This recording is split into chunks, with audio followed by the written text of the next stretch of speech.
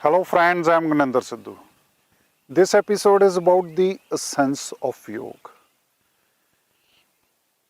Patanjali's Yoga Sutra, they are more ancient than the ancient hymns, but they are perennial.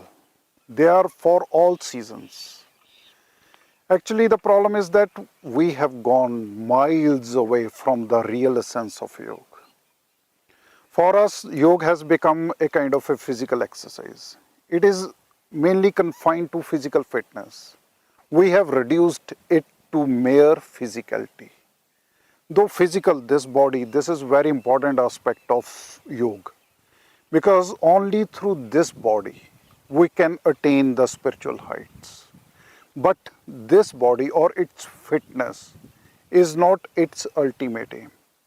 The ultimate aim of yoga is to have a connection of our Atma with Paramatma, of our being with the existence, of our soul with the God. When this harmonious relation is attained between being and the existence, then what we attain is Sat Chit Anand.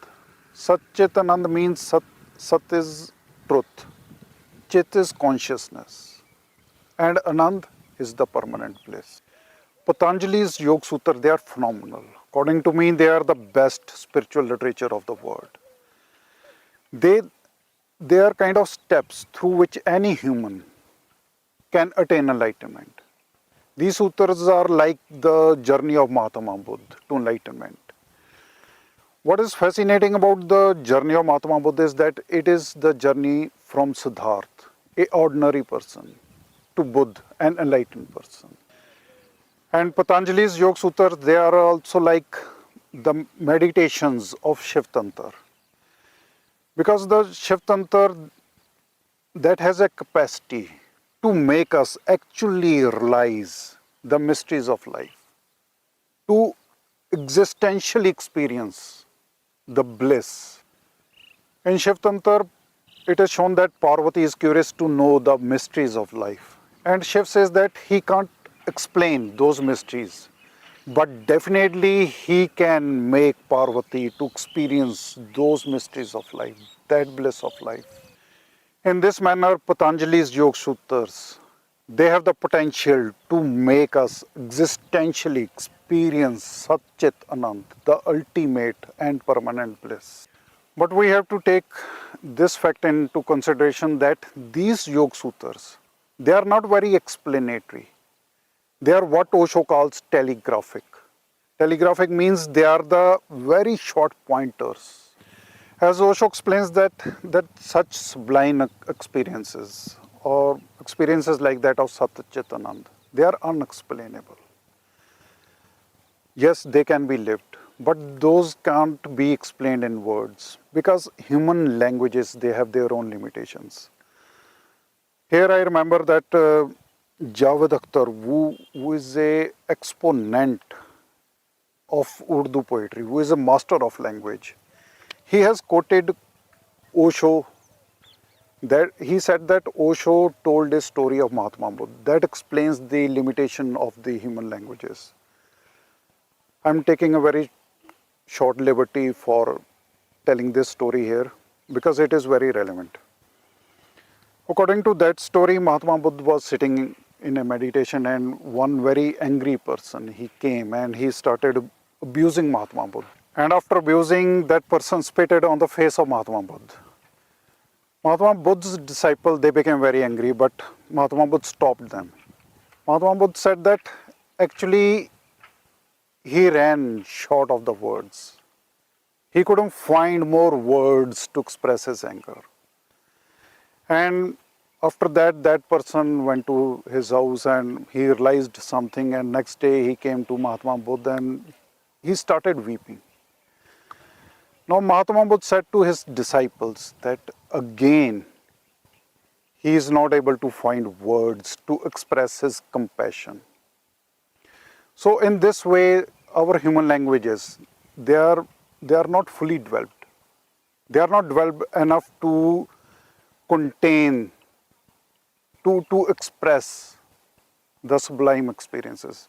That is why the religious texts, they are mostly the pointers. They are very telegraphic about the unexplainability of the sublime. Even Baba Nanak says that amullo amul akhya na jaye, that whose valuation is beyond any valuation, cannot be explained in any words. And we need some great explanations to understand those pointers. For Patanjali's Yoga Sutra, I recommend that the explanations of Swami Vivekananda, B.K.S. Iyengar, and of Osho, they are very good. And when we join these pointers and these dots of Patanjali Sutras, then we will come to know that yoga is actually the journey from inside to the outside, not from outside to inside, as we believe. Because we feel that by sitting in asanas, we can attain lot many of things, including fitness. But this is not the case. It is about regulation of inner psychic energy. And in asanas, actually the body is taking shapes according to the flow of inner energy, as it happens in the wild animals. If you see a cat or a dog standing up, they stretch. And they stretch according to the need of the inner flow of the psychic energy. They are not doing out of the outer discipline. And because of the ability of wild animals to adapt themselves according to inner psychic energy, no human, whatsoever the fitness may be of that human, can match with the agility of the wild animals. Because it is the natural synthesis of the inner and the outer, which is the ultimate of yoga. And Osho explains that if we need to understand the real method of asanas, then we have to imagine that suppose Shiva or Patanjali, they are in meditation. They are in meditation for very long durations, even for years. And for years they can't remain in one posture. So when they are in deep meditation, their body is automatically taking shapes according to inner psychic energy. They are not following any very dry discipline, but responding to their inner psychic energy. Osho elaborates it further by stating that the most famous posture of Mahatma Buddha is that of his sitting in a lotus posture, and it is called Siddhasana. Siddh means the straightened, whose inner and outer they have become straightened. And Siddh is the derivative word of sadhu. He says that Siddhasana, it will happen whenever any person will become Buddha, or when his or her inner and outer, they become straight. They have aligned, they have synchronized. Then Siddhasana is bound to happen. But vice versa is not possible. No person can sit in Siddhasana for even 20 years and can attain Buddhahood.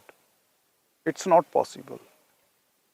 Whenever our psychic energy becomes straightened, aligned, synchronized with the outer, then Siddhasana will happen.